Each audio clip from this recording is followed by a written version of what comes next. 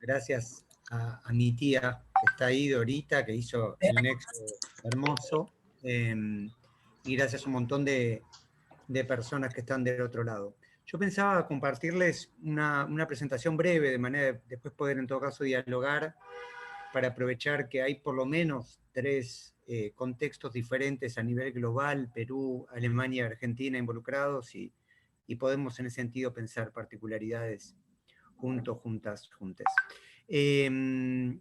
Marita, no tengo habilitado para compartir un PowerPoint, que no se asusten igual, es un PowerPoint pequeño, pero para que puedan seguir la presentación, por si alguien tuviera algún problema con el español, siempre es más fácil escrito. Ok. A ver Lo hago si... ahorita, ya estás. Ahí estamos. Bien. Para aquellas personas que no son de la comunidad científica, yo estoy trabajando hace bastante con la pregunta en torno a qué rol están teniendo las ciencias, en general uso el plural y la minúscula, en la problemática actual, asumiendo que estamos en una problemática muy seria de degradación ambiental inédita, absolutamente inédita, y de situación social a nivel global, pero por supuesto en particular en los continentes más postergados como América Latina y África, desastrosa. En el caso de Argentina estamos alcanzando actualmente cerca de la mitad de la población bajo la línea de la pobreza y situaciones de marginalidad muy seria, y una degradación ambiental que nos ubica en los últimos 20 años entre los 10 países del mundo que más ha deforestado y desmontado, y una contaminación química brutal. Y algunos números, como el mencionado por la Sociedad Argentina de Apicultores, de una pérdida más o menos de la mitad de las colmenas en los últimos 15, 20 años. Y venimos también atravesando una serie de sequías y situaciones de incendio también realmente preocupantes. Una provincia muy grande nuestra, que es Corrientes, hace poquitos meses perdió el 12% de su superficie. Digo, estamos hablando de números realmente escalofriantes. Yo les quería compartir algunas cuestiones. Voy a ejemplificar con 2 cuestiones que venimos trabajando y que vengo militando y que vengo justamente articulando con comunidades. En algunos casos son gente de pueblos originarios, en algunos casos son criollos, criollas que están viviendo en comunidades territoriales. En todos los casos son comunidades que por diferentes motivos son víctimas de megaproyectos, usando la terminología que se usa en México, en el cual las ciencias y las tecnologías tienen algún lugar preponderante. Igual, de todas maneras, si no están familiarizados con la situación, voy a tratar de ejemplificar. Bien. Ahí vamos. A ver si me deja, porque no sé por qué no me está dejando.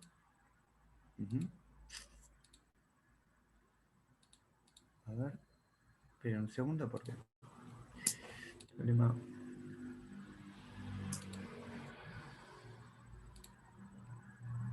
No, segundo.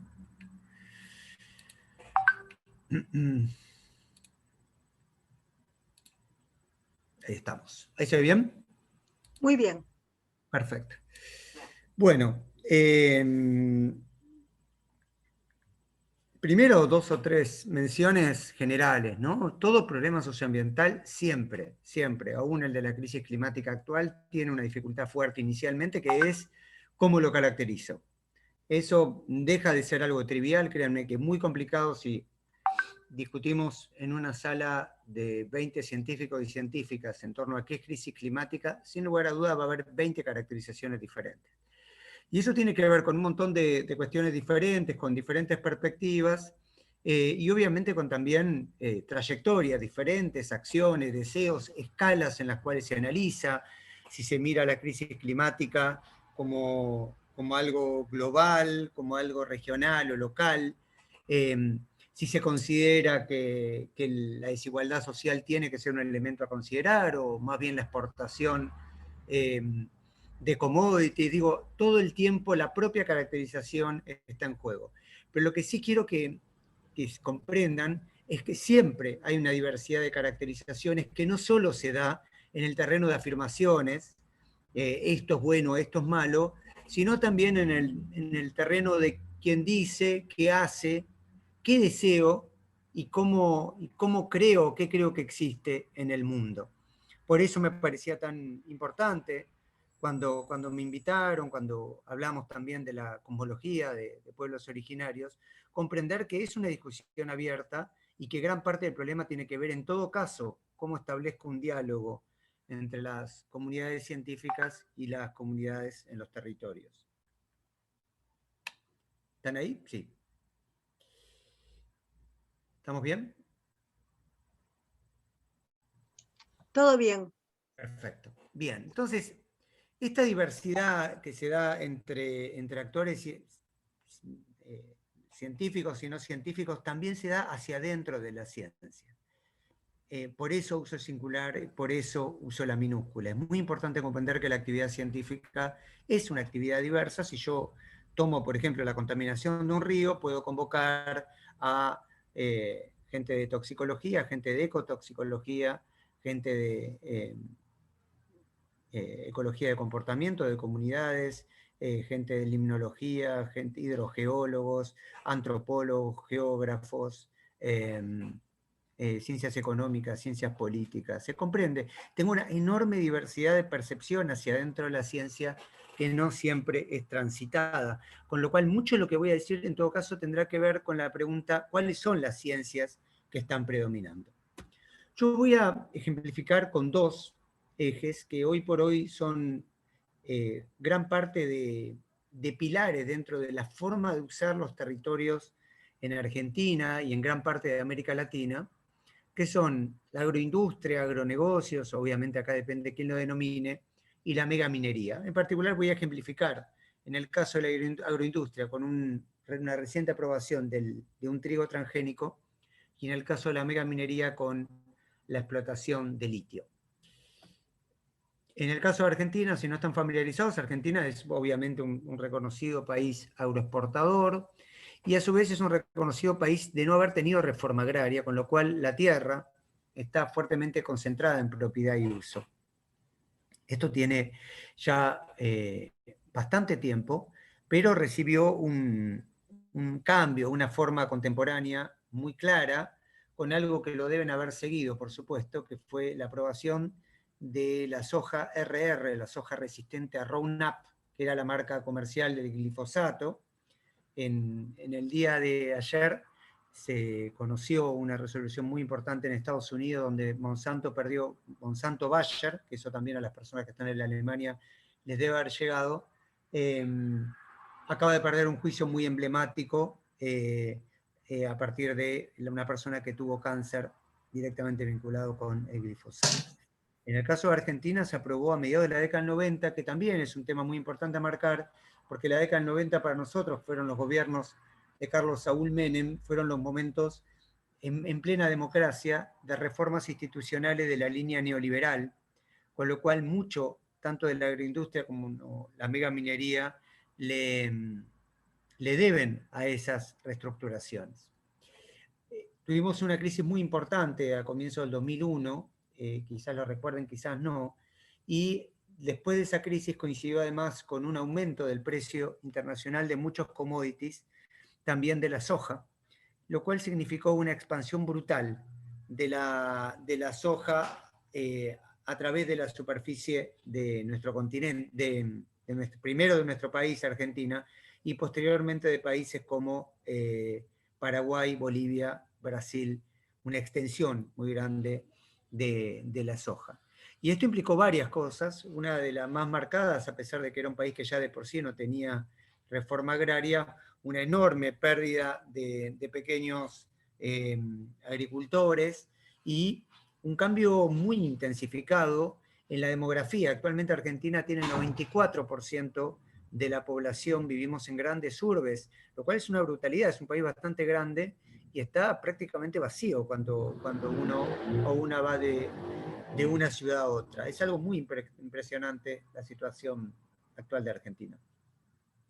Y además de lo que mencioné, aparece un poco lo que señalé al comienzo, que un proceso de deforestación, de sequía, de incendio, y en la actualidad de 65 transgénicos aprobados, un número alto, y Argentina claramente fue mascarón de proa de la región en términos de exportación, no solo de los transgénicos, sino de un modelo particular de agronegocios.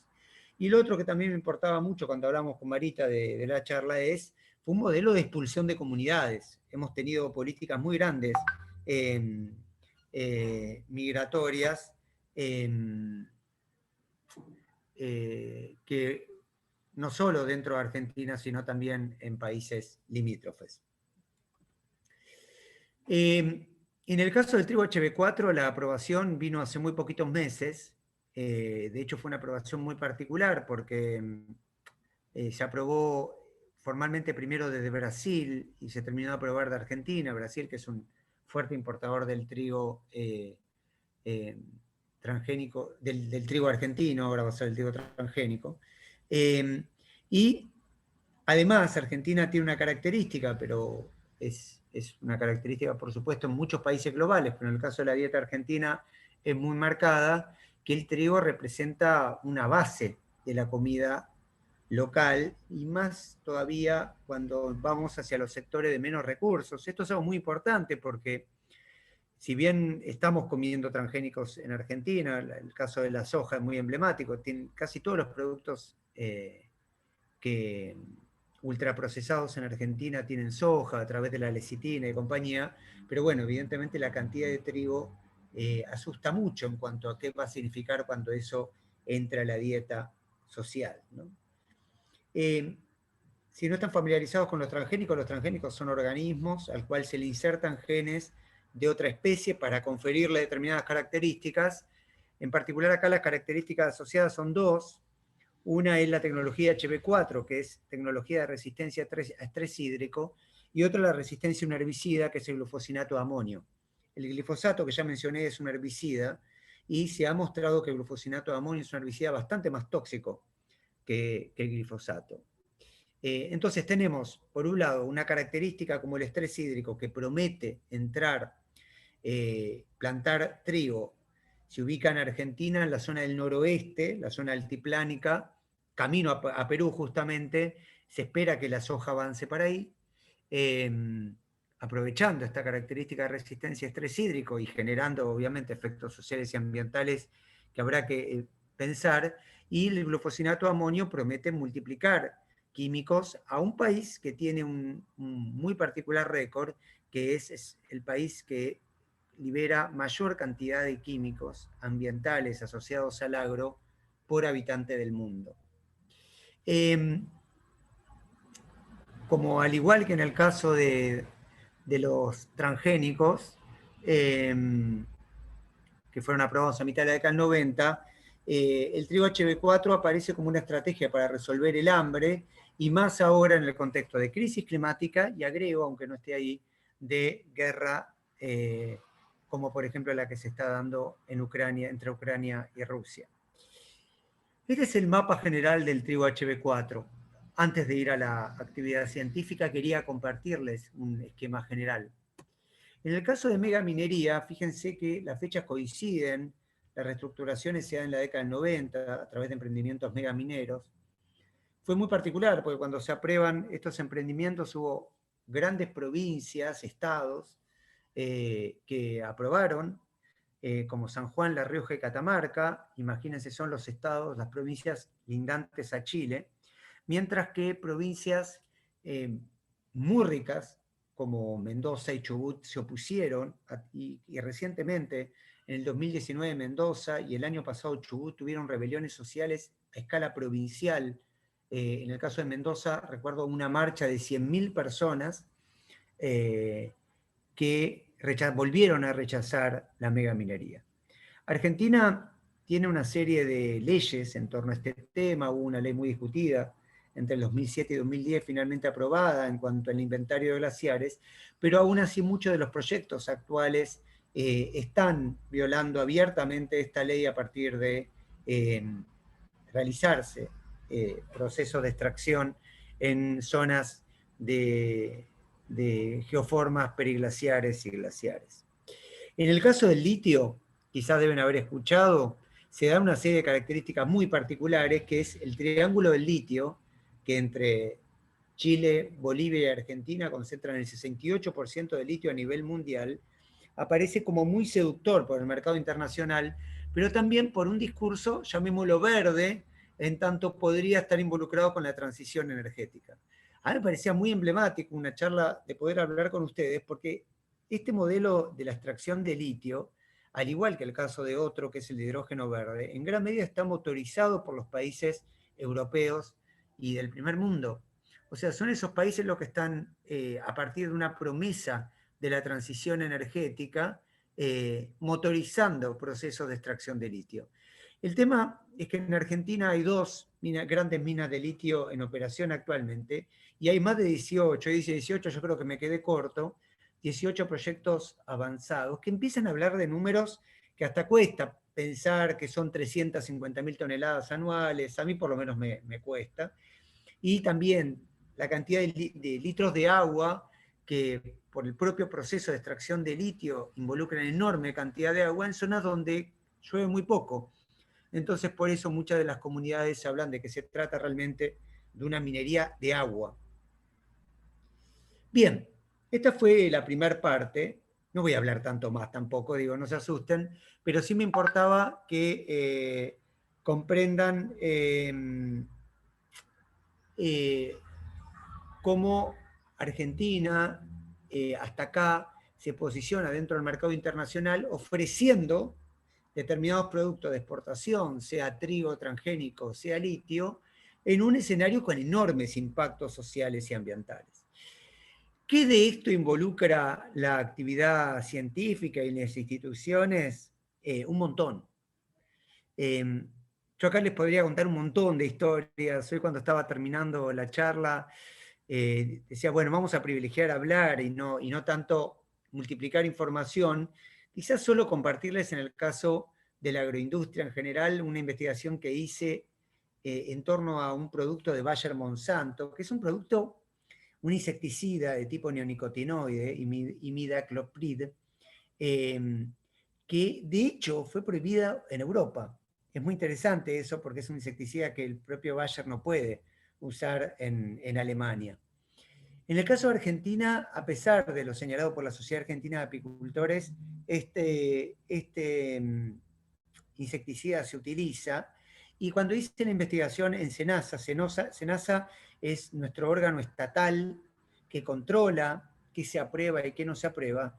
La persona responsable de SENASA de agroquímicos, agrotóxicos, le dicen las comunidades, reconoció que Argentina aprobaba o no aprobaba los químicos en función de la propia declaración jurada de las empresas. No realiza sus propios estudios, si bien SENASA para otros casos sí realiza sus propios estudios. Yo le pregunté si no había algún tipo de incompatibilidad ética o contradicción ética, y me dijo que SENASA se sostenía en la ética empresarial. Esto fue textual, ¿eh? SENASA se sostiene en la ética empresarial. También le pregunté por qué no se cumplía el principio de precaución, que de hecho en Argentina está en la Constitución, y me dijo que SENASA no se regía con el principio de precaución, sino con un principio de costo-beneficio. Conclusión, el territorio argentino se sigue usando este tipo de insecticida a pesar de lo señalado por la Sociedad Argentina de Apicultores. Bien. ¿Qué sucede respecto al trigo HB4? Fue realizado por 3 instituciones. Miren, son muy emblemáticas las instituciones. 2 son estatales y públicas. Una es CONICET, institución en la cual yo trabajo. Otra es la Universidad Nacional del Litoral, que he dado varios cursos de posgrado, y ahí si buscan hay una investigadora clave, que es Raquel Cham. Y después aparece una empresa, esta de capitales locales, que es Bioceres. Bioceres, a pesar de que es una empresa de capitales locales, es una empresa muy poderosa en términos de injerencia de políticas socioambientales de nuestro país, porque tiene algunos actores muy importantes que quizás les suenen por ahí, digamos, los digo nomás por si les interesa. Uno es Grocopatel, que es el llamado, imagínense, rey de la soja. El otro es el sexto millonario de Argentina, que es Hugo Sigman, una persona de mucho peso. y también una persona huergo del grupo Clarín. ¿Por qué marco esto también? Porque a pesar de la discusión que a veces se da en torno a la lucha entre neoliberalismo y progresismo, en este caso acabo de mencionar actores que trascienden estas diferencias y de alguna manera en estos puntos, en estos negocios, se ponen de acuerdo. Fíjense cómo atraviesa lo público y lo privado e instituciones científicas e instituciones empresariales, ¿no? Que esto después quiero volver, sobre todo a modo de pregunta. En el caso de la megaminería también tengo como un montón de historias para contarles. Me quedo con una que es muy importante para lo que está significando en la actualidad, que tiene que ver con los acuerdos entre otra universidad nacional, la Universidad Nacional de Tucumán, que también he dado cursos. Menciono lo de los cursos simplemente para subrayar que son instituciones realmente muy interesantes y con una historia muy larga, pero que en los últimos años han sido absolutamente cooptadas y compradas por ciertos sectores empresariales. La Universidad Nacional de Tucumán tiene un acuerdo con lo que se llama el Proyecto Mara, que es un proyecto de mega minería de la cordillera, y una de las empresas es Yamana Gold, y es las empresas de extracción de oro y plata, en el caso de Argentina, son básicamente o chinas, de origen chino, y en muchos casos son canadienses. Fíjense cómo de vuelta estamos atravesando empresas muy diferentes. Bayer Monsanto, norteamericana, alemana, Bioceres, argentina, Yamana Gold. La mega minería tiene esta mezcla canadiense a veces y alemana, y canadiense y en otros casos china. Y en el caso de Yamana Gold y este proyecto quizás lo deben haber escuchado porque hay una comunidad que está luchando mucho, está teniendo represiones brutales en la actualidad, en algunos casos mediante palos, en algunos casos mediante estrategias legales. Recientemente fueron apresados 2 militantes de la asamblea de Andalgalá, reclamando que Yamana Gold se retire, que su río peligra. Y en uno de los casos, uno es una persona de más de 70 años, Aldo, y el otro es Enzo, que estuvo más de 10 días preso, con huelga de hambre, una situación muy seria, a pesar de estar acusado de cuestiones escarcelables. Imagínense la situación, la gravedad, y en este contexto una universidad pública involucrada, fuertemente asociado al discurso y la práctica científica. En el caso del litio que mencioné, es muy interesante también porque, bueno, en este caso es una empresa, Sijin, que estuvimos en Fiambalá hace poquito, otro lugar en Catamarca. El litio, como les contaba, es una técnica de extracción, entre otras cosas, de agua, genera también desechos químicos sólidos y líquidos. Y en este caso hay universidades involucradas como la de La Plata en la elaboración de las baterías. Miren qué interesante, ¿no? Mencionamos 4 formas de acuerdo, en este caso la Universidad de La Plata vinculada con las baterías, en el otro caso la Universidad Nacional de Tucumán vinculado con el proyecto Mara y la mega minería, en el otro caso Bioceres y el trigo transgénico con CONICET y Universidad Nacional del Litoral, en el otro caso Bayer Monsanto y la elaboración junto con Senat, la elaboración y la aprobación de SENASA para insecticidas. Miren cómo hemos pasado un montón de ejemplos diferentes y en todos los casos universidades e instituciones públicas de manera casi indiferenciable con las empresas, ¿no? Y eso, de alguna manera, en este cierre, que pretende ahí aclaro, de apertura, pretendo 3 grandes preguntas para que después, además, bueno, o bien hagan preguntas o bien hagan comentarios respecto a las realidades locales. Y el primer grupo de preguntas evidentemente tiene que ver con cuál es el rol y cuáles son los objetivos de los campos profesionales, de los campos científicos en todo esto. Y acá aparecen 3 elementos muy significativos. Por un lado, lo que se llama inversión de la carga de prueba, que es exigirle a las comunidades víctimas, por ejemplo a Andalgalá, por ejemplo a los pueblos fumigados, por ejemplo a la Sociedad Argentina de Apicultores, por ejemplo a Fiambalá con el tema del litio, exigirle que demuestren ellas o que den evidencias de ese daño. Imagínense qué fuerte, qué difícil que es pedirle a una comunidad que demuestre que el daño es causado por la empresa y no al revés. El principio de precaución que yo comentaba que Argentina describe es un principio que básicamente busca garantizar lo contrario, que es que la carga de prueba esté a cargo de las instituciones que motorizan el proyecto. El segundo punto, que es muy importante en relación con la comunidad científica y los roles, tiene que ver con, de manera creciente, un modo de utilizar las ciencias para callar a las comunidades, para silenciarlas. O dicho de otra manera, que cuando hablan los y las científicas, las comunidades deben callarse. Esta es una cosa muy fuerte, y más si estamos hablando de comunidades territoriales. Y el tercero, que he dado varios ejemplos en este sentido, es qué vínculos hay entre lo público y lo privado. ¿Cómo puedo diferenciar la Universidad Nacional de Tucumán de Yamana Gold? ¿Cómo puedo diferenciar SENASA de Bayer Monsanto? ¿Cómo puedo distinguir Bioceres de la Universidad Nacional del Litoral y CONICET? ¿Cómo puedo marcar el límite entre la Universidad de Tucumán, la provincia de Catamarca y estas empresas de extracción de litio? El segundo grupo de preguntas tiene que ver con, en el caso de América Latina, es una discusión clave, que tiene que ver con qué rol entonces y qué objetivos están teniendo los estados, cómo distinguir lo público y lo privado. Y en este sentido aporta muchos elementos, yo creo, la noción que introduce João Bernardo, es un pensador portugués, quizá lo escucharon por ahí, ¿no? Cuando él habla de Estado amplio. El Estado amplio justamente refiere a esta amalgama estatal, empresarial, indiferenciable, y que justamente la pregunta es si entonces, si el Estado lo que está básicamente garantizando es que las empresas acumulen dinero, ¿quién cuida a las comunidades? O aunque sea, ¿quién no les pone la pata encima? ¿Y quién cuida a la naturaleza? O aunque sea, no hace negocios con ella, ¿no? Es una situación muy, muy seria, y que la categoría de João Bernardo me parece que ilumina algunos de los aspectos presentes en América Latina en general y Argentina en particular.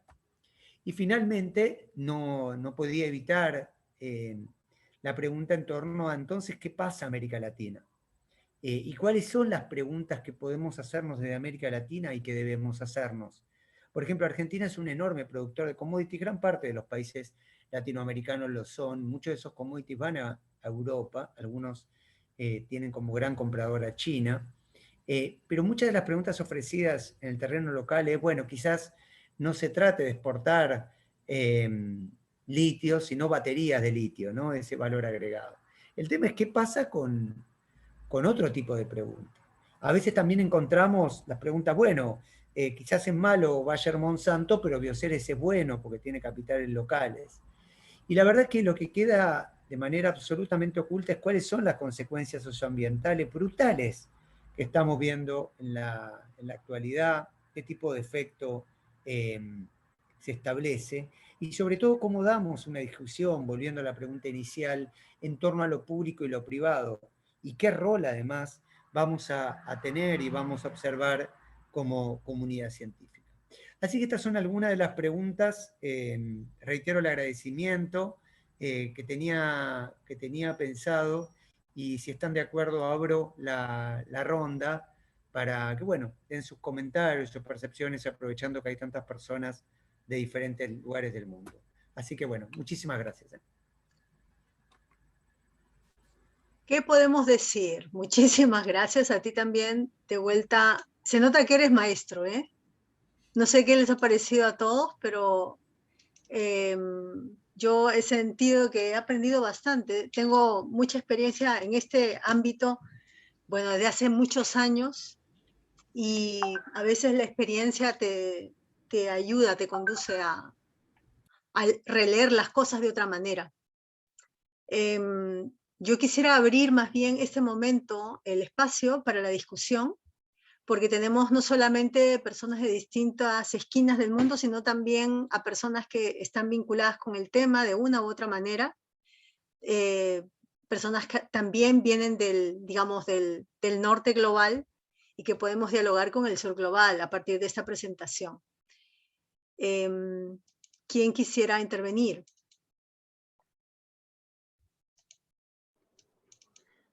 Ok, Quisiera... estoy viendo una lista. Podríamos empezar con Alba y después con León. ¿Está bien? Ok, Alba, por favor. Hola, buenas tardes a todos. Bueno, quisiera agradecer a Guillermo por esta intervención. Me llamo Alba, soy argentina, vivo en Francia, y en realidad soy mediadora cultural. Nada que ver, pero mucho que ver al mismo tiempo, me parece. Me parece muy interesante esto que se remarcó sobre que sea la cuestión abordada desde una mirada multidisciplinaria, porque me parece absolutamente necesario. Y creo que esto me toca de alguna manera muy personal, porque me crié en una zona del campo, en Argentina, y me crié absolutamente fumigada. Mi familia como que siempre luchó con eso. Al día de hoy yo tengo muchísimos problemas de salud que vienen justamente de una infancia fumigada. Así que bueno, es un poco sensible para mí el tema desde ese lugar, pero desde el punto de la mediación cultural lo empecé a pensar hace un tiempo, cómo trabajarlo, cómo llevar adelante algún tipo de proyecto y de tarea que tenga que ver con esto que es de alguna manera necesario. Y me parece que el hecho de que sea multidisciplinario es necesario también, y me parece que es muy loco esto, ¿no? De que pensando en las teorías decolonial, yo creo que no hay ninguna decolonialidad, en realidad estamos en un momento completamente colonial, visto desde ese punto. Estamos en un momento colonial porque el extractivismo no terminó, porque la periferia sigue siendo la periferia y el centro sigue siendo el centro, que va a buscar recursos, van en busca de recursos a la periferia sin preocuparse qué es lo que eso suceda, y creo que tiene que ver con esa lógica de dividir cultura y naturaleza y decir, ok, esto se protege, hacemos un parque nacional y esto lo podemos destruir. Gracias. Uy, qué potente, Alba. Nos sentimos identificadas contigo, sobre todo por esa perspectiva que estamos tratando de mover aquí también en Berlín, con el trabajo de Migrarte Perú, como te digo, modesto, chiquito, local, pero es así como se piensa decolonialmente, ¿no? Es importante poner en cuestión todas esas narrativas, esas prácticas, desde las voces nuestras, que pueden representar quizá mejor todas estas situaciones. Bueno, un compañero que sí está con nosotros siempre de la de Perú es León Meyer, y quisiera darte la palabra, León. Bueno, muchísimas gracias a ti, Marita, y obviamente a ti también, Guille. Estoy aún intentando de ordenarlo un poco porque, claro, el tema siempre va a ser muy complejo. Y creo que sí coincido con lo que dices, ¿no? Lo de o sea, lo que dice Alba también, lo que hay que hacer ahora o lo que hay que intentar es mover la ciencia a un camino moderno que ya existe, que es ¿cómo se llama? Multidisciplinaridad, ¿no? Eso creo que es algo que la ciencia durante muchos años no ha tenido. Y muchas veces la definición de la ciencia intenta siempre separar todas las cosas, ¿no? Entonces, me parece muy importantísimo de juntarlo y verlo juntos, y no solo, bueno, acá son los biólogos que dicen, bueno, tenemos esa nueva semilla que va a salvar a la gente, los sociólogos que dicen, bueno, necesitaríamos algo, y al otro lado la gente que va a decir, no, eso me va a matar tal vez, o eso me va a quitar de nuestro terreno. Y bueno, especialmente me encanta porque yo hasta la mitad de tu presentación yo sabía ya mi pregunta, yo quería preguntar, pero la ciencia siempre es como puesta como la solución de todo, pero pensando que también la ciencia es la que ha hecho, la que ha creado esos transgénicos y todo, también le da alguna responsabilidad, y creo que es importantísimo hablar sobre especialmente la gran dependencia de la ciencia, cualquier ciencia, de la plata, y no solo de la plata de los públicos, sino de los privados especialmente, ¿no? Entonces, este vínculo me encantó que lo tomaste. Hace un par de semanas he estado en la conferencia climática en Bonn, de la ONU, y ahí es como desde el Acuerdo de París o más antes todavía, em, siempre es el tema, bueno, cómo encontramos nuevas maneras de ciencia, nuevas invenciones para solucionar este problema. Y siempre se da toda la responsabilidad a la ciencia diciendo, bueno, encuéntrenos algo para solucionar toda esa crisis. Sea lo del COVID con las vacunas, nosotros acá sentados esperando hasta que saquen una vacuna. Y todo así, siempre sale así como la responsabilidad está toda en la ciencia. Y bueno, creo que es una narrativa muy, muy inteligente también por parte por ejemplo, por parte de los privados. Y siempre lo quieren tratar como toda la culpa a la ciencia y todo, ¿no?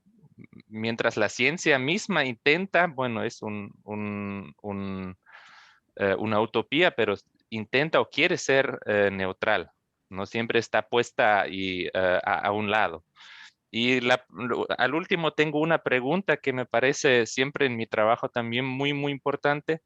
Em, Nosotros trabajamos mucho con comunidades indígenas en todo el mundo y en en ese ámbito siempre nos interesa qué rol puede en un futuro em, tener el conocimiento. No se puede hablar de ciencia indígena porque es otro concepto, ¿no?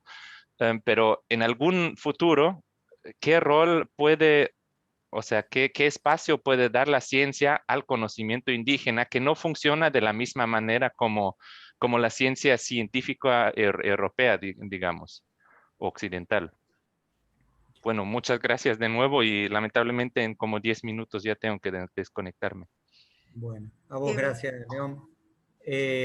Claro, yo creo que es un enorme desafío cuando ponemos en juego diálogos de conocimiento y además donde justamente se habilitan ya no solo detalles, sino como visiones tan diferentes.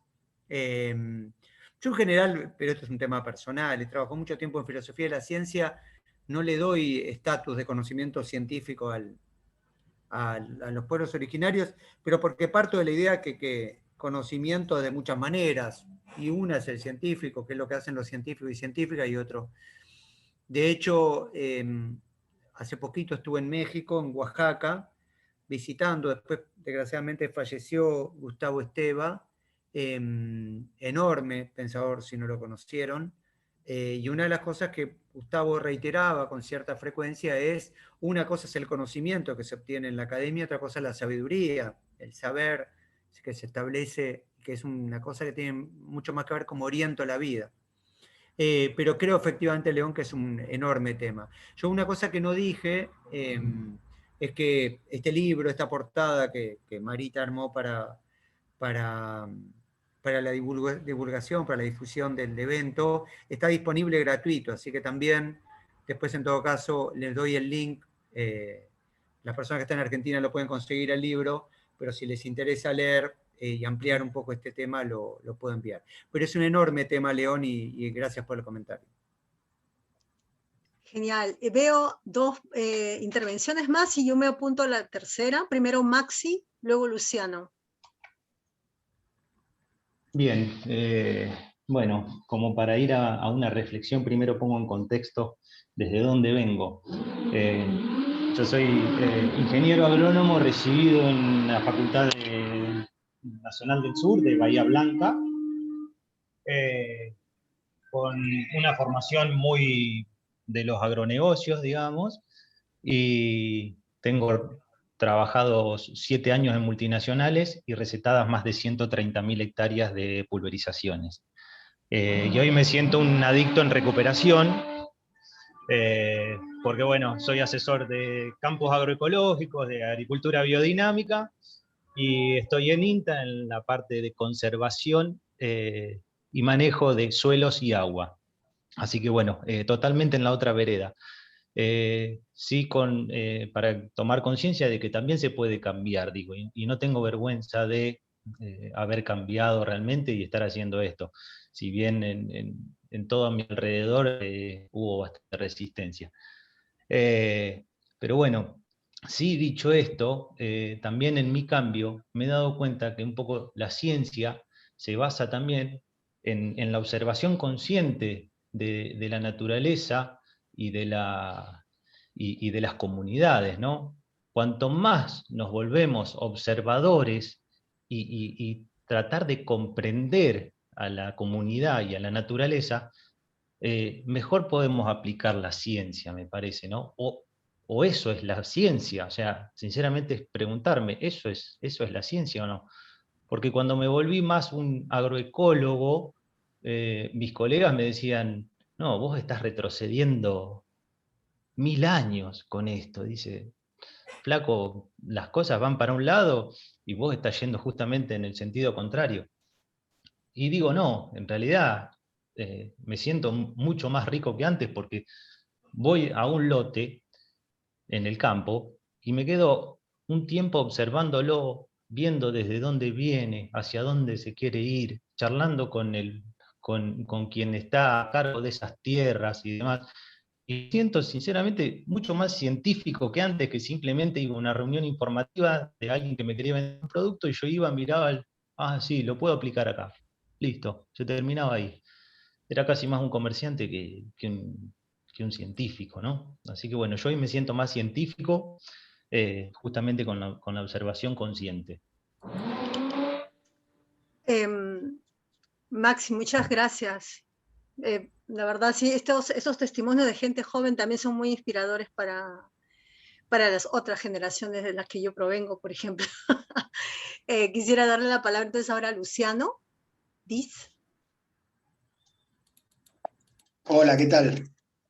Bueno, saludo para todos y sobre todo para todos y todas, y sobre todo para Guillermo, al cual lo seguimos mucho, porque es un referente en lo que vendría a ser la mirada ambiental que él tiene. Yo creo que uno de los graves problemas que tenemos nosotros es que seguimos teniendo una mirada muy antropocéntrica, ¿no? Creo que el profundo problema que estamos abordando no es solamente una cuestión política, es atravesado por una cuestión política, por lo que algunos autores denominan como capitaloceno, pero creo que deberíamos empezar evidentemente a través de la educación, tendríamos que empezar a transitar otra forma relacional con la naturaleza. Creo que los que pueden ayudar desde ese lugar son las comunidades originarias, que es la que tienen otra forma de relacionarse con la tierra, con los cultivos, los que han transformado a través del tiempo esa relación en algo sostenible en el tiempo, justamente. Hace muy poquito tiempo, la semana pasada en Córdoba, se hizo la segunda cumbre mundial de la economía circular. Y los actores que tienen que ver justamente los movimientos sociales, los recicladores, las ferias agroecológicas y los compañeros ambientalistas no pudieron estar en ese lugar. O sea, el concepto fue generado de arriba para abajo, presentando a Córdoba como una de las provincias, desde el punto de vista de la economía circular y del reciclaje más importantes del mundo, cuando los que vivimos acá sabemos que es un verdadero desastre y nosotros denominamos la política cordobesa como una política ecocida, a donde se estrella directamente contra la realidad. Creo que en nuestro país está pasando un poco lo mismo cuando a veces desde algunos referentes políticos hablan, por ejemplo, de la encíclica Laudato Si, que también apunta a una nueva forma de relacionarnos con la tierra, una nueva forma de habitar, pero lo utilizan y lo ponen en boca políticos que están llevando adelante proyectos que nada tienen que ver con esas buenas intenciones, ¿no? O sea, lo que vemos en nuestro país, como lo dice Guillermo, como lo dice Maristela Svampa, son proyectos eldoradistas, o sea, tratan de buscar salvarse a través del litio o el fracking o el gas como energía puente o el monocultivo y ahora con el trigo HB4.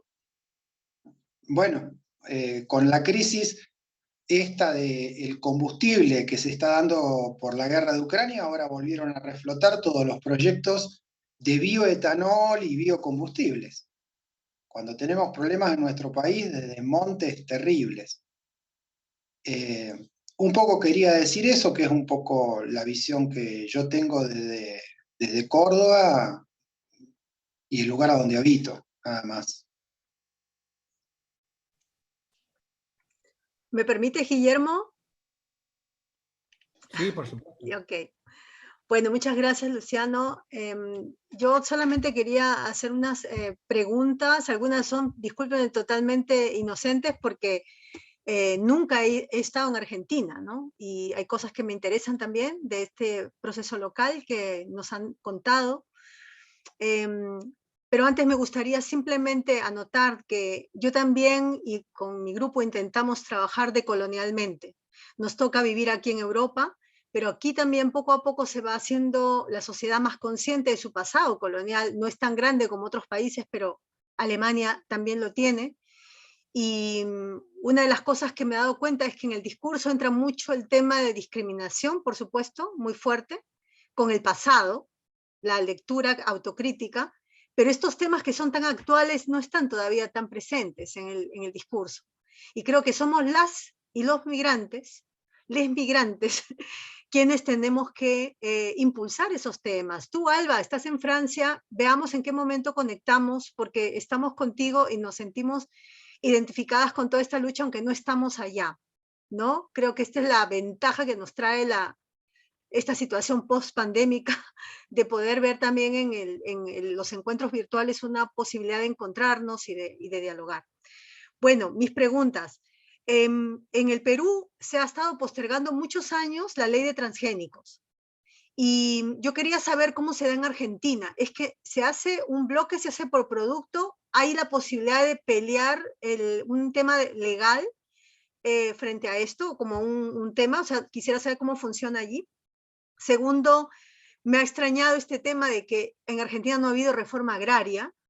O sea, ¿por qué crees tú, Guillermo? ¿Cómo es que esto se ha dado, no? En varios de nuestros países sí, en el Perú sí. Luego me gustaría también si pudieras comentar algo de cómo ves los avances de coordinaciones entre comunidades indígenas, con las que creo tú también coordinas de alguna manera, si has tenido contacto con algunas comunidades también en el Perú, o qué te faltaría para tomar el contacto, porque a mí sí me interesaría obviamente que pudiéramos hacer este tipo de puentes. Y finalmente, por mi propia experiencia en Piura, cuando estuve con esta lucha ambiental como activista, contra una minera, justamente canadiense, había muchos riesgos. ¿Cómo es tu situación? No sé si tú puedes comentar algo, porque Guille, lo que tú has dicho hoy día, has hablado concretamente de instituciones, has hecho señalamientos muy fuertes, ¿no? Con nombres, y eso a veces genera muchos riesgos, por lo menos es lo que yo veo en Colombia, en Bolivia, en el Perú. Ahora no se les mata por terroristas, se les mata por pelear por el medio ambiente. Y eso es un tema bien, bien triste también en nuestras sociedades. No sé si es una pregunta muy personal, pero también cómo te proteges o cómo ves la situación, o es que un científico tiene un contexto distinto frente a un luchador indígena, ¿no? Bueno, es así una amalgama de preguntas. Gracias. A vos, gracias. Bueno, voy en ese orden. En algunos casos voy a poder responder con más propiedad, en otros casos solo voy a poder esbozar la respuesta. Argentina tiene absolutamente,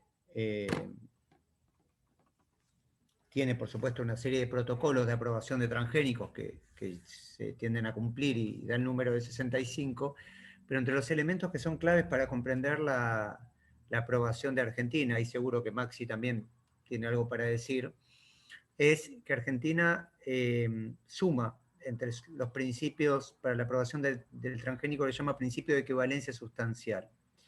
El principio de equivalencia sustancial es prácticamente un decreto epistémicamente y ontológicamente hablando, que a mí me llama mucho la atención que realmente se pueda sostener, que es que cuando dos compuestos son químicamente equivalentes, sus efectos también lo son. Con lo cual, los transgénicos, en tanto tienen genes de otras especies, no tienen que ser mirados con sospecha. No hay prácticamente estudios a nivel global, me animo, ni hablar en el caso de Argentina, en torno a la inocuidad de los transgénicos. No estoy hablando acá del paquete tecnológico con químicos, ¿sí? Ahí los químicos tienen a su vez otras formas de control o de descontrol. Pero en el caso del transgénico en particular, el principio de equivalencia sustancial es uno de los elementos claves para anular las investigaciones a mediano plazo.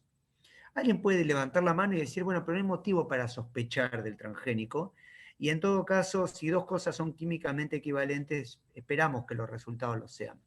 La verdad es que si ponemos la discusión en términos un poco de la trayectoria reciente y de la situación, hay fuertes elementos, por lo menos para hacer las investigaciones del caso. Yo acá nunca no me animo a decir públicamente el transgénico hace X o Y, reitero, estoy hablando del transgénico, no en el paquete tecnológico con el químico, que ahí es otra discusión. Y tenemos muy fuertes antecedentes de cosas que fueron químicamente equivalentes, pero que sus consecuencias no fueron equivalentes. Una de las más notables fue lo que se generó con el mal de la vaca loca, quizás lo se acuerden, las personas que están en Europa, porque ahí lo que tenía que ver era con la estructuración estérica, o sea, la estructuración espacial de una proteína que era especular a otra, generaba diferentes efectos al punto de que una generó estos cerebros espongiformes, digo. Me refiero, hay un montón de antecedentes para pensar que lo químicamente equivalente no implican iguales efectos.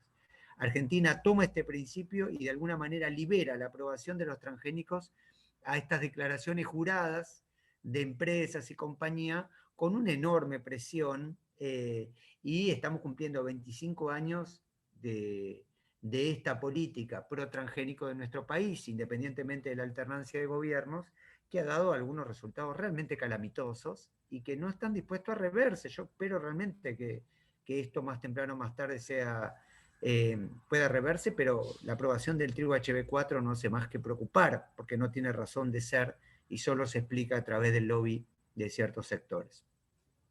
¿Cómo es que Argentina no tiene reforma agraria, Marita? Y tiene que ver mucho con la historia del poder en Argentina. Un poder fuertemente concentrado y un poder agrario que estuvo no solo en la conformación del Estado argentino del siglo XIX, tan marcado, tan en pocas manos, sino también en lo que fue la dinámica del siglo XX y los sucesivos golpes de Estado que se fueron dando. El papel de la sociedad rural, por ejemplo, en Argentina, fue clave para entender gran parte de los golpes del 55, los golpes después de la década del 60 o el golpe más reciente del 76. El agro siempre, y sus medios de comunicación, también es muy famoso aquí el periódico La Nación, uno de los periódicos de la tradición agraria de la derecha más clásica argentina, fueron uno de los elementos claves. En esa historia, la reforma agraria siempre brilló por su ausencia y siempre hizo que este país tenga una enorme concentración en propiedad y uso de la tierra, que en los últimos años se vio acelerada. Comunidades indígenas son fundamentales. Yo creo que el vínculo entre comunidades, la lucha ambiental y las comunidades indígenas, en el caso de Argentina, todavía está por fortalecer.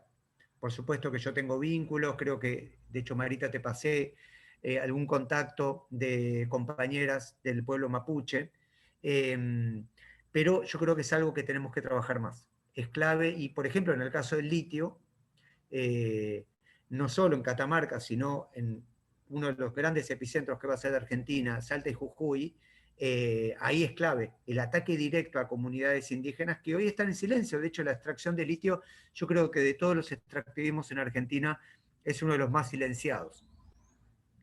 El tema minero en Argentina, la cuarta cosa que anoté, Marita, es clave. Argentina tiene alguna historia minera, pero no ha sido un país históricamente minero, y fue muy recientemente que se incluyó esto. Cuando se estudia la historia reciente es muy grave, porque hay una planificación del poder muy marcado. Yo estudié bastante una situación en particular, en el libro lo van a ver, que es la situación en San Juan, que no lo mencioné acá, porque en San Juan en la década del 90 hubo una actitud muy activa por degradar la matriz productiva, que es algo muy común, y ahí justamente aparece la noción de doctrina del shock, ¿no?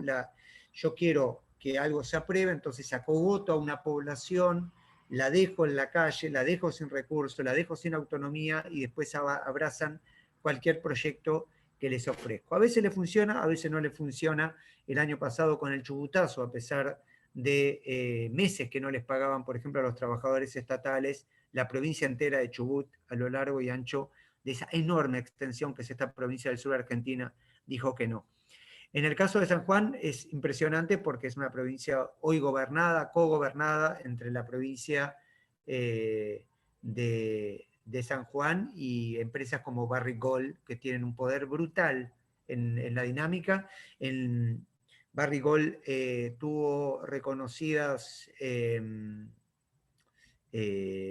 accidentes en el 2015, 2016, 2017, y en estos días hay una denuncia de un nuevo accidente, una enorme cantidad de químicos a los cuerpos de agua, muy serio, una situación muy grave, pero una negligencia total, y de hecho ese juicio producto de los derrames del 2015, que debería efectivizarse, se está a punto de caer. Ahí se ve también la complicidad con el sistema legal argentino. Si bien están enjuiciados el ex secretario de Minería, los ex secretarios de Ambiente y el ex director del IANIGLA, un instituto CONICET vinculado con el inventario de glaciares, se está a punto de caer. Siempre con la sensación de que lo legal no resuelve los problemas de fondo, pero se ve evidentemente una complicidad brutal respecto a la cuestión minera, también la cuestión de los agronegocios y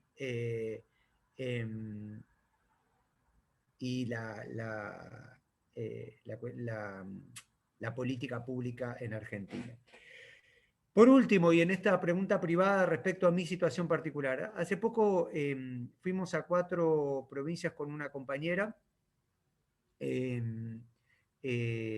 recorrimos diferentes lugares del país, fuimos a situaciones de agronegocios, situaciones de megaminería y situaciones de litio.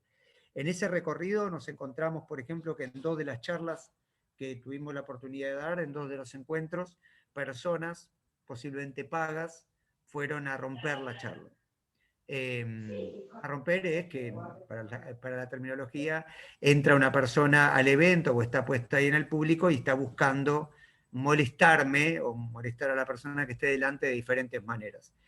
Ninguno de los 2 casos, una fue en Marcos Juárez, al sur de la provincia de Córdoba, otra fue en Belén, en Catamarca, una vinculada con agronegocios, el otro vinculado con megaminería.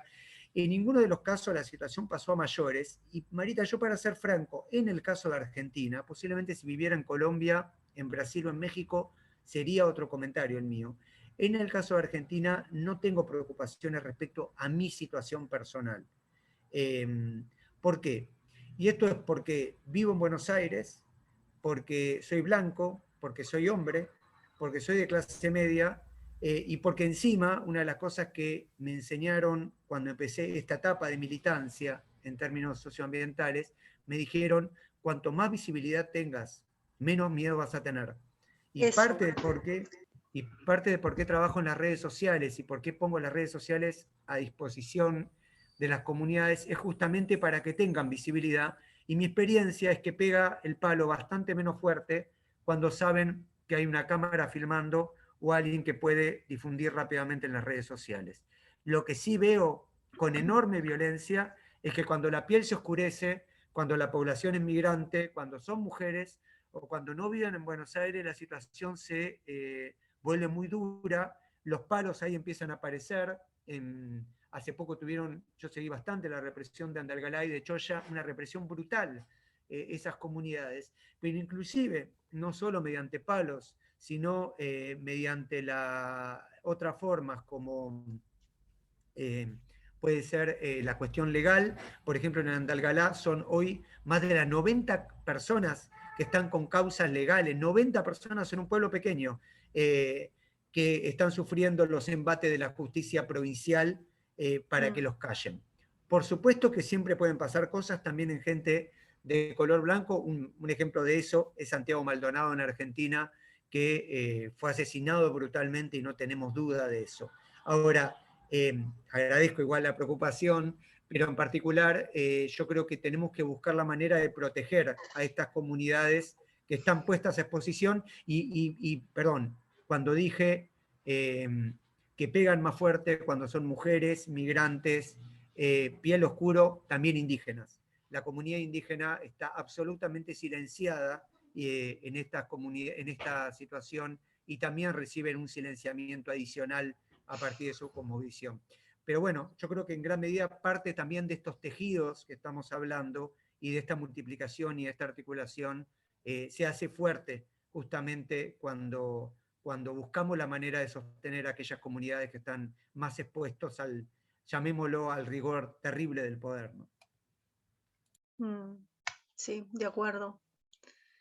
De acuerdo, pasa en muchos aspectos. Todavía, esto que mencionaba Alba, ¿no? La continuidad del pensamiento colonial, la decolonialidad es una tarea importante acá y allá también, de parte de nosotros y nosotras. Y bueno, Guille, que tú con la conciencia de tus privilegios puedas hacer esas diferencias y posicionarte, porque esa es una de las cosas que le falta también a mucha gente que está en esta lucha, de un modo bien paternalista, que tampoco ayuda, ¿no? No sé si alguien más quisiera intervenir, preguntar o comentar. Estamos todavía con algo de tiempo. Podemos cerrar a las 20:30. He visto que en el chat Guillermo nos ha compartido el enlace de la publicación. Así que si no la han copiado igual, y si me dejan sus emails, les puedo mandar todo por correo electrónico, ¿no? En el chat.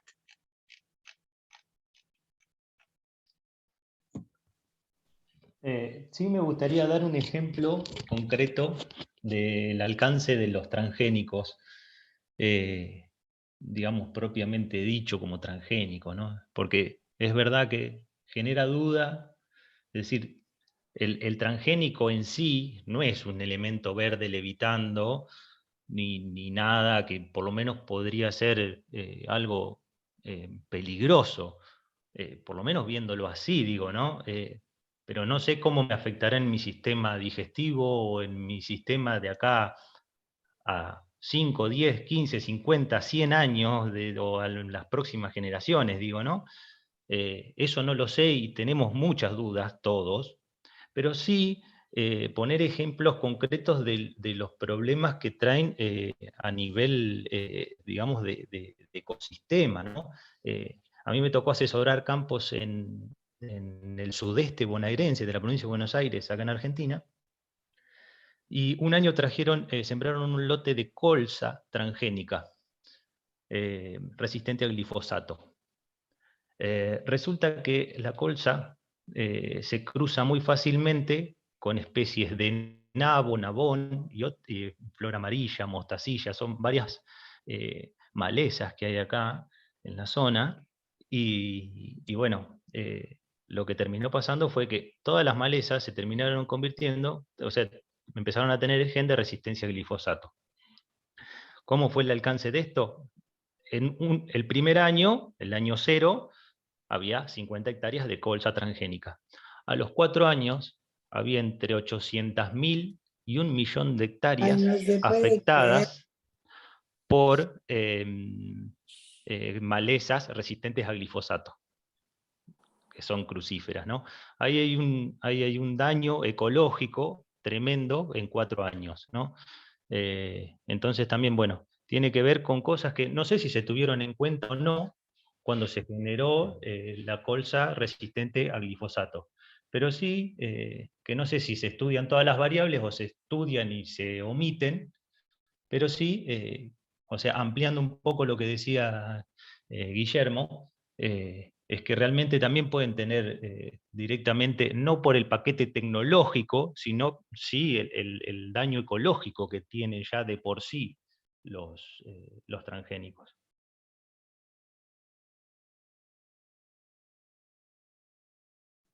Gracias. ¿Alguien más se anima a compartir, preguntar? No hay mala pregunta. en este caso. Desde nuestra perspectiva, todo vale y estamos protegidos por las redes ahora. Bueno, Marita, yo no sé si a mí se me ve, si se me escucha. Yo lo estoy escuchando perfectamente, pero no sé si yo aparezco por alguna parte. Solamente te escuchamos, pero adelante. Bueno, es suficiente.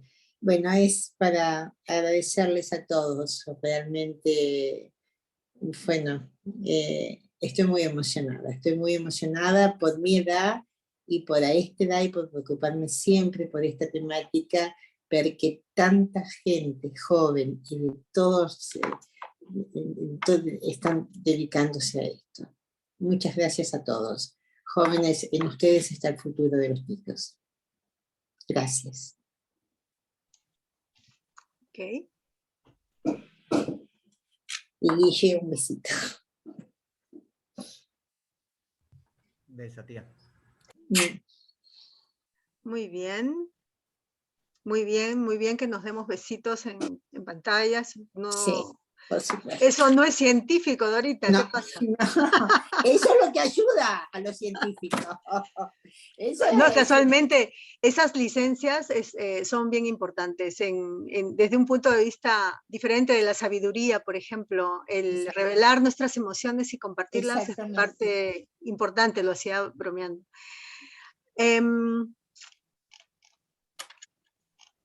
Si no hay un comentario o pregunta. Comentar una última cosa. Sí, Alba. En relación con lo que es la teoría decolonial y viviendo en Francia, un país que tiene un pasado bastante oscuro y en el cual el revisionismo histórico es de alguna manera muy lento y mal hecho quizás, hace dos cosas quería señalar. Bueno, la primera es que muchísimos textos, como de los colombianos Eduardo Restrepo y Aníbal Rojas, no están traducidos. Este último tiempo estuve ayudando a una persona que estaba haciendo su tesis de doctorado, traduciendo, haciendo un esfuerzo de poesía, porque yo no soy traductora y la traducción conlleva un trabajo muy, muy, muy delicado, muy difícil, tratando de traducir textos de Eduardo Restrepo y Aníbal Rojas, y hace muy poquito, hace 5 meses, se tradujo La mirada del jaguar, le regard du jaguar, de Eduardo Viveros Castros, este antropólogo brasilero, que es un libro muy importante que haya sido traducido en una muy buena traducción. Es un libro que yo había leído hace muchos años en portugués y que el hecho de que haya sido traducido hace 5 meses en Francia deja en evidencia que Francia está 20 años tarde con lo que es esta teoría, y con lo que no es una teoría, más que es una realidad, porque es un reclamo que le viene de los 5 continentes. A mí algo que me impactó muchísimo fue cuando me mudé y decido comenzar rehacer de estudios, y voy a la Sorbonne y me dicen, no, pero Argentina no es Occidente. Y eso para mí fue como, claro, no somos Occidente, pero tenemos las universidades completamente occidentalizadas. Y ahí creo que fue como un despertar para mí en el sentido de quién soy yo, soy mestiza, de un poco mi historia, de un poco y creo que toda esta problemática tiene que ver con la teoría decolonial, porque es un mito de la modernidad y un mito del desarrollo que nos venden todo el tiempo. Hay que desarrollarse, hay que producir más, todo tiene que ser más. Y ese mito que Occidente le vende al resto del mundo no es una solución, al contrario, no deja de dejar poblaciones enteras enfermas y pobres. O sea, ninguno de todos estos sistemas de desarrollo, bla, bla, bla, son una solución para América Latina, y yo creo que América Latina tiene que encontrar, y lo está haciendo de alguna manera, un pensamiento propio, una filosofía propia y recetas económicas propias al lugar, y dejar de copiar modelos económicos que nunca van a funcionar, porque no van a funcionar, porque justamente están pensados también para que no funcionen, para que los países de la periferia siempre sean países de la periferia, porque también se sigue repitiendo esto: ellos antes eran los civilizados y nosotros los incivilizados, ahora ellos son los desarrollados y nosotros los subdesarrollados. Es como increíble cómo siempre se las arreglan para seguir vendiendo este discurso, y yo estoy muy feliz de haber podido ingresar a la Sorbonne Nouvelle textos de la teoría decolonial que no estaban autorizados, que no formaban parte de de lo que se estudiaba, y hubo un profesor que me habilitó y me permitió que, bueno, Eduardo Restrepo y el antropólogo brasilero también, que justamente son textos traducidos. Pero bueno, me gustaría quedar en contacto, y si alguien es traductor y si alguien trabaja sobre textos de colonial y que se puedan traducir al francés, estaría muy bueno porque hace falta. En la universidad donde yo estudié, la Sorbonne Nouvelle, es una universidad que está abierta a eso, pero las traducciones no llegan. O sea, así Sí, que... tienes toda la razón. Yo que estoy hace 3 años decolonizándome, también leyendo cosas y reinterpretando mi propia historia, porque he trabajado mucho en el interior de mi país, me doy cuenta que la literatura de la buena, porque existe, por ejemplo, un autor peruano buenísimo que se llama Aníbal Quijano, Sí, que es el que genera, es peruano, ¿no? Y él genera el concepto justamente de colonialidad y decolonialidad como conceptos decoloniales que han servido de horizonte para montones de nuevos textos, reflexiones, y la literatura no está ni en francés ni en alemán. Las buenas están saliendo en Latinoamérica en español, o en Estados Unidos en inglés. Y yo te cuento que, por ejemplo, para el mes de octubre, que es el mes de Colonial, aquí en Berlín, vamos a iniciar un club de lectura de Colonial en español, con varios autores, porque cada quien va haciendo su proceso autónomamente y también con humildad, como te digo, porque todas tenemos tanto que hacer, no siempre se puede, ¿no?, hacer todo, pero esto que hemos vivido hoy día con Guillermo, que de verdad nuevamente mostrar, pues sí, pues nos quedamos chicas con el decir simplemente gracias. Para mí es parte también de un proceso decolonial, el revisar autocríticamente, o lo que nos ha compartido Maxi, o lo que nos ha compartido David. O sea, son temas, experiencias que se ponen en primer lugar y que nos hacen repensar también cómo estamos viviendo y cómo hemos sido socializadas muchas personas. El problema es ese, que hemos crecido así. No es solamente un problema de Europa, es un problema de nosotras mismas, que no hemos estudiado, por ejemplo, que el papel de la mujer era diferente, que había más de 2 géneros, o sea, millones de cosas que la nueva literatura está también reencontrando, y nos hace ver también nuestro propio posicionamiento como migrantes de otra manera. Sí. Yo estoy también muy, muy contenta. Yo no he ido a la Sorbona, tampoco he ido he estado más en otros temas, trabajo más en políticas de integración aquí, inmigración, pero estoy haciendo política porque creo que tenemos que, aunque sea en nivel micro, impulsar estos procesos de cambio, y todo lo que podamos aprender sirve, como lo de hoy. Guillermo, muchas gracias por esa voz desde Argentina de saber, porque a veces también te sorprendió a ti, Alba, lo que te han dicho. A mí siempre me ha costado ver a Argentina como parte de, digamos, del continente, porque siempre eran tan distintos, o sea, siempre tan blancos y hablan de otra manera, y cuando llegaban al Perú, al toque encontraban trabajo porque abrían la boca y ¡wow! Todo el mundo... Me gustaría preguntarle a Guillermo si existe alguna posibilidad de que su libro sea traducido al francés. Mira. Estoy seguro que la editorial cuando yo les comento alguna cuestión del libro, el libro, lo van a ver, da muchos nombres propios. Y yo traté de publicarlo y 6 editoriales me dijeron que no fue casualidad, 6 editoriales. Y finalmente lo tomó una editorial pequeña, una editorial de acá de Ciudad de Buenos Aires, y el libro está escrito no solo para dirigirse a la comunidad científica, sino justamente para hablar en general con las comunidades.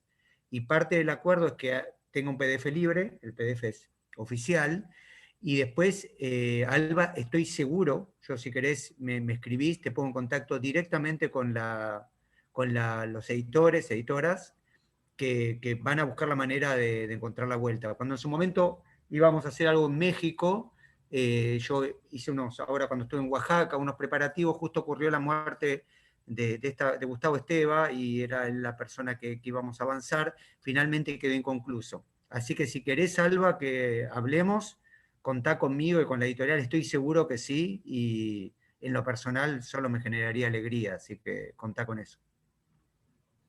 Muchas gracias. Sí, me parece muy, muy importante y muy clave que material como este sea traducido, pueda ser leído. Yo ahora voy a empezar, voy a seguir estudiando y encontré algo como, bueno, encontré una manera de volver un poco a Argentina, es un máster de geopolítica del arte y la cultura, y bueno, me encantaría poder seguir ingresando material a la Sorbona. Por supuesto. Y me encantaría, y creo que más que me encantaría, creo que es necesario, que es muy clave y muy importante que material como este sea traducido, así que quedamos en contacto. Gracias. Bueno, genial, genial. Gracias, Salvo. Ojalá te guste el libro, ¿no? Ojalá. Nos queda también pendiente entonces algún tipo de respuesta de feedback desde Alemania. Ya me siento con la pelota en este lado, pero con mucho gusto también podríamos averiguar qué opciones podrían haber en esta línea, sobre todo con qué suerte que vino hoy día León. Guillermo León es para mí una joven promesa, tenemos una química súper buena y podría ser mi hijo, ¿eh? Pero es un chico genial, va a ir a Perú dentro de poco y está en la directiva de una organización que sí trabaja mucho con el Perú desde Alemania hace como 30 años. Entonces, seguramente, como hay un capítulo especial en la Infostele Perú que justamente atiende problemas mineros, podría haber un interés, alguna opción, vamos a quedar en contacto. Hemos empezado hoy día con algo pequeñito, pero siento como que hemos asistido a una clase magistral y con participantes también muy, muy interesantes. Yo quisiera solamente con estas palabras agradecer a Guillermo nuevamente y nos despedimos hasta la próxima vez.